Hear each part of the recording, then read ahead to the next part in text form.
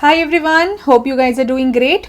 So welcome to the new video, and today we'll continue our discussion from both prelims and mains perspective of the Hindu dated February 12th, 2022. Those of you who are by chance new to the channel, or let's say who have not yet seen the earlier videos, if you want to access the current affairs related to the Hindu for both the month of January and February, please do check it from the earlier uploaded videos. You will also get a link of the playlists that I have created for the month of Jan and Feb.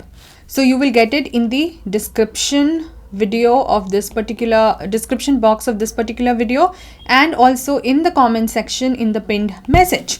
So you can access it from there. Also, those of you who are new to the channel, please do subscribe to the channel. If you think these videos are helpful in your preparation, please do like, comment and share as well, and help me spread the word.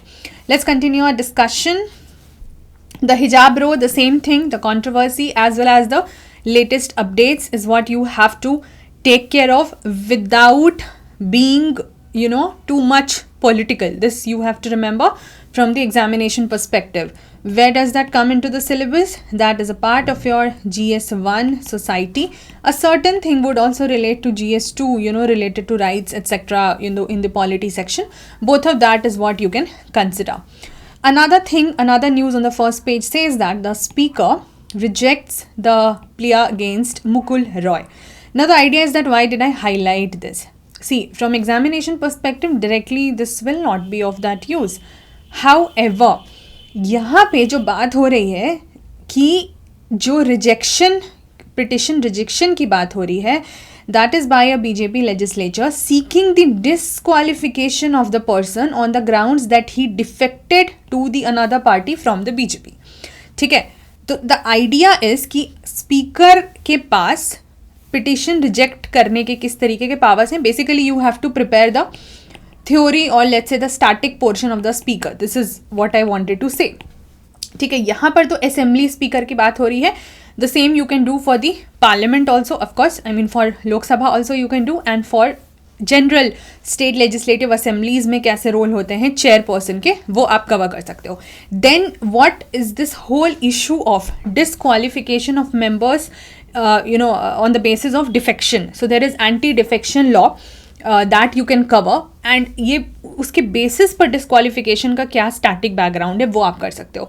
सो मेरा जो इस चीज़ को highlight करने का reason था वो सिर्फ यही था. Moving in the same news, if you see you will find public accounts committee का mention of the state assembly. So दो तरह की कमेटी मैंने आपको बोली है, parliamentary and cabinet, that you have to prepare from Laxmikanth. ये तो चलिए स्टेट के केस में यूज़ किया गया है, बट अगर आप वहाँ से पार्लियामेंट्री और कैबिनेट कमेटी कर लोगे तो you will get an idea कि दीज काइंड ऑफ कमिटीज़, क्योंकि ये बार बार every day you are finding that in the news. Those of you who have followed my earlier videos know that these are like a daily basis का news. So this is something, इसको एक बार काम ख़त्म ही कर सकते हैं ना. एक बार आप पार्लियामेंट्री और कैबिनेट कमिटीज़ का स्टार्टिंग करके ख़त्म कर लीजिए.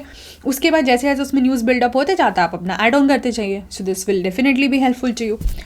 अच्छा, हिजाब वाले में जैसे मैंने आपको बोला GS2 में ये राइट्स वगैरह के उसमें आएगा. तो यहाँ पे देखिए इन्होंने कुछ फंडामेंटल राइट्स की ऑलरेडी जिक्र करा हुआ है, जैसे 15, 19, 21, 25.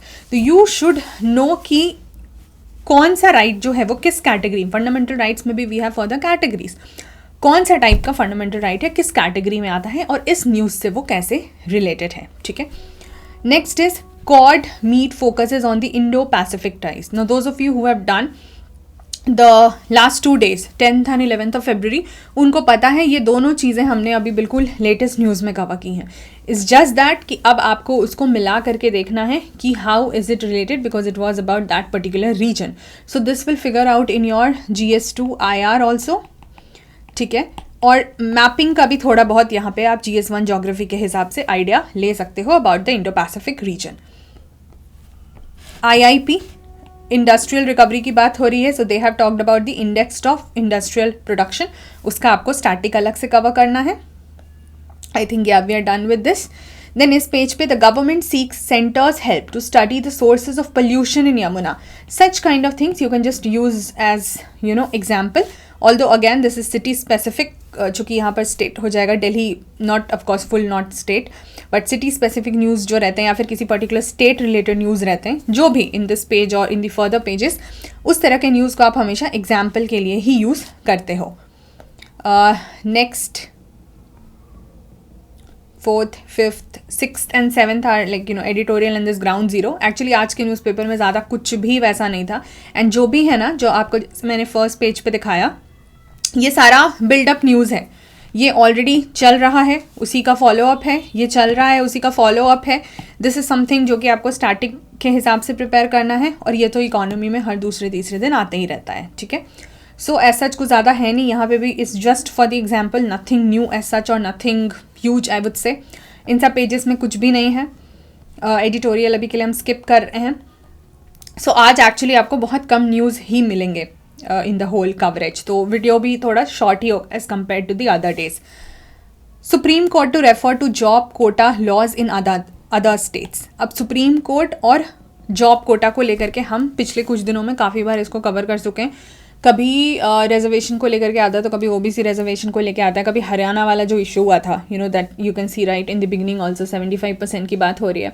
सो नाउ दे आर टेलिंग कि हम इसको और दूसरे स्टेट्स में भी जहाँ पे थोड़े अपने तरीके के लॉ हैं रिगार्डिंग टू जॉब कोटा वगैरह, उसको हम चेक करेंगे. ठीक है, तो इसमें आपको जो करंट में आप पढ़ रहे हो तो पढ़ ही रहे हो, ठीक है. स्टैटिक के हिसाब से आपको क्या करना है, आपको जानना है कि बेसिकली ये सारे रिजर्वेशन से रिलेटेड इश्यूज़ क्या रहते हैं. जॉब कोटा वाला जो चीज़ है, क्या वो किसी राइट के तहत आता है, क्या वो आर्टिकल ऑफ द कॉन्स्टिट्यूशन में कहीं पर फिगर आउट करता है, उसका होल स्टैटिक बैकग्राउंड क्या है. अगर आपको वो समझ में आ जाएगा तो इस तरीके के न्यूज़ को फॉलो अप कर पाना कोई बहुत टफ टास्क नहीं होती है. But if you will not understand that और you will not have the background of that, you will just not feel very comfortable reading such news, तो फिर वो आपके लिए काफ़ी ज़्यादा नेगेटिव हो जाता है. So it's better that you have the like backing of those news already. Uniform civil code. अब पर स्टेटमेंट लाइक किसी पर्टिकुलर इंडिविजुअल का क्या स्टेटमेंट है, हमको उस कॉन्टेक्स्ट में नहीं जाना है. What we have to cover is कि भाई ये चीज़ फिर क्या होती है. Basically this is a DPSP, directive principle of state policy, and that is covered in article 44 of the constitution. चूँकि आजकल काफ़ी ज़्यादा न्यूज़ में रह रहा है, तो इससे रिलेटेड जो हैं आपका I would say plus minus pros cons काफ़ी ज़्यादा एडिटोरियल वगैरह में कवर होते रहते हैं कुछ दिनों पर. वहाँ से आप इसका प्रीलिम्स ओरिएंटेड 2-4 फैक्चुअल निकाल लेंगे आप लक्ष्मीकांत या कॉन्स्टिट्यूशन से कवर करेंगे, तो that you will understand. And then अगर इसका इम्प्लीमेंटेशन होता है तो मेंस में इसके एनालिसिस के हिसाब से भी you will have to cover. यहाँ पर जैसे again BJP MP demands law for 2 child norm. अब हमें ये नहीं करना है कि किसने डिमांड करा उनके हिसाब से इस न्यूज़ को, बिल्कुल भी नहीं. इशू क्या है, issue is about the 2 child norm and that is related to population control. तो ये मुद्दा, ठीक है, इशू के हिसाब से आप उसको कवर करोगे, जो कि आपका लाइक एनालिसिस पर्सपेक्टिव से कवर हो जाएगा. अब ये चूँकि डेमोग्राफी का इशू होता है, जोग्राफी और आपका सोसाइटी दोनों में कवर होता है. ठीक है, दोनों GS1 में है. लेकिन चूंकि अगर कोई लॉ बन रहा है इस पर या कोई पॉलिसी बन रही है, कुछ ऐसा इनिशिएटिव गवर्नमेंट के साइड से रहेगा, तो वो GS2 का हिस्सा हो जाता है. इसलिए ये सब टॉपिक्स ना GS1 GS2 ओवरलैपिंग होते हैं. Similar goes for uniform civil code. Otherwise है तो ये GS2 के हिसाब से, लेकिन इम्प्लाई होगा तो सिविल मामलों को लेकर के, तो सोसाइटी पे ही तो असर पड़ेगा, तो फिर वो GS1 का भी हिस्सा हो जाता है.